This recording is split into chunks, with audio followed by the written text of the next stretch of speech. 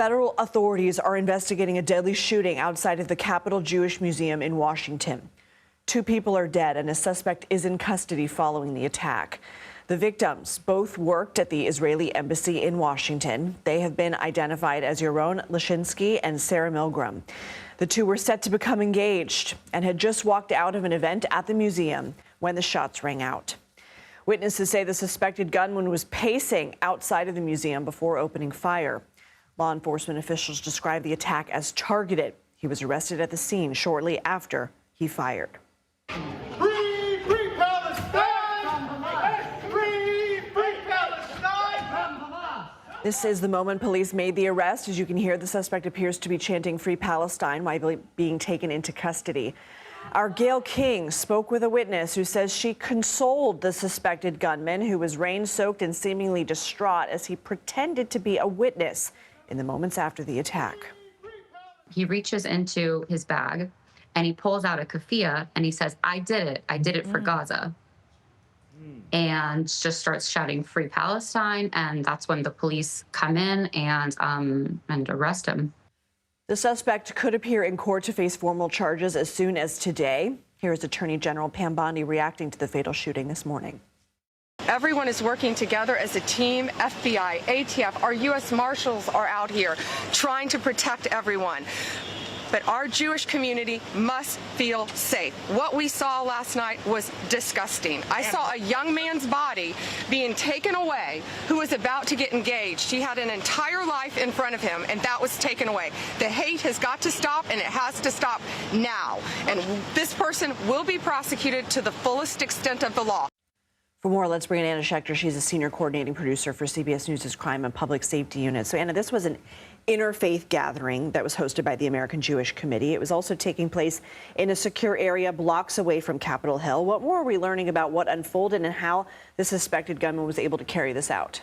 Well, he was carrying his weapon and was walking down the sidewalk and just walked right up to the museum and was pacing around, as you said in the intro, in front of it. But there was nobody that was alerted to it. So it was like a brazen act that he was able to carry out with no one apprehending him, despite the high security area just on that block. I mean, he was feet away from an FBI field office there. So there is a huge amount of security, even right there in that neighborhood. The museum has security, but the fact is that in this country, a lot of people carry guns, and if it's concealed, you can walk down the street. It's relatively easy to obtain one in this country, and he was able to do so.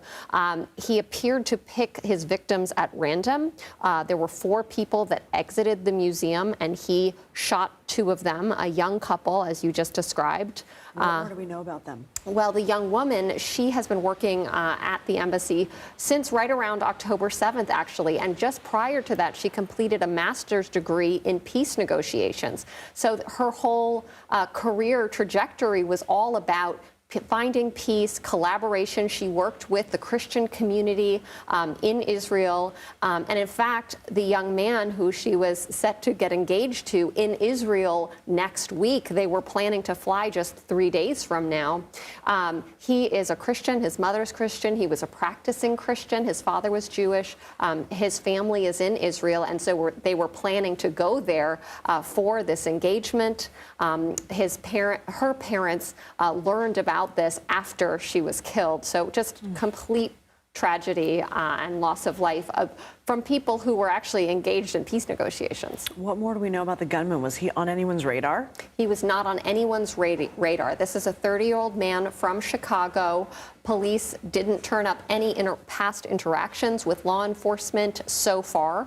So to the best of our knowledge, he didn't have any red flags. And so this comes as a total shock. So that, you know, he was able to walk down the street because he wasn't under any kind of surveillance or anything like that. Okay. Anna Schecter, thank you. World leaders are condemning last night's deadly shooting. Following the attack, President Trump said on Truth Social in part, quote, "These horrible D.C. killings, based obviously on anti-Semitism, must end now. Hatred and radicalism have no place in the USA. Condolences to the families of the victims. So sad that such things as this can happen." Israel's foreign minister called the attack a consequence of, quote, toxic anti-Semitic incitement against Israel and Jews around the world, end quote, since the Israel-Hamas war began in October 2023. I have been worried for the past few months that something like this would happen. And it did. And the list of fallen foreign service members has grown today. Prime Minister Benjamin Netanyahu's office said he is shocked by the attack, saying in a statement in part, quote, blood libels against Israel have a cost in blood and must be fought to the utmost.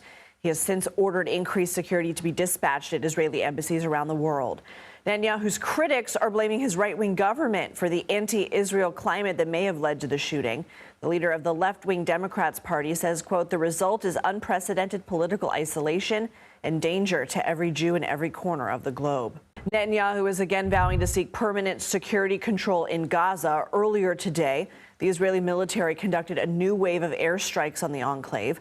According to Palestinian authorities, at least 51 people were killed.